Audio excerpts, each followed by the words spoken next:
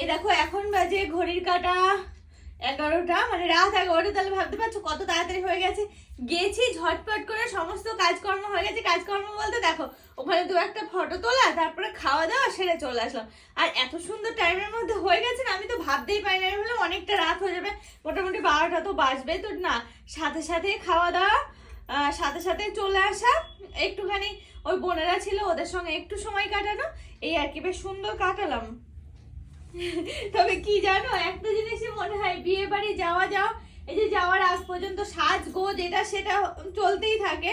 তারপরে কিছুক্ষণের জন্য সমস্ত কিছু মানে যতক্ষণ ধরে সাজলাম না, ততক্ষণ কিন্তু বিয়ে বাড়িতেও ছিলাম না। তো যাই হোক, মাঝে মাঝে একটু সাজগোজ করতে তাও ভালোই লাগে।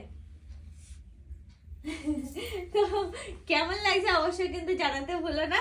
দেখো ব্ল্যাক কালার আমার সবসময়ই ফেভারিট, তো সেই কারণে। আর এই ব্ল্যাক কালারটা গতবার, মানে এই গত পুজো গেল এটাই না, তার আগের পুজোয় হাজারপুরের থেকে নিয়েছিলাম আমি আর দিদি, সেম শাড়ি। তো এটা তো আমার এই নিয়ে 2-3 দিন পরা হয়ে গেল। বেশ সুন্দর। দেখো ব্যাক সাইডটা এরকম রেখেছিলাম।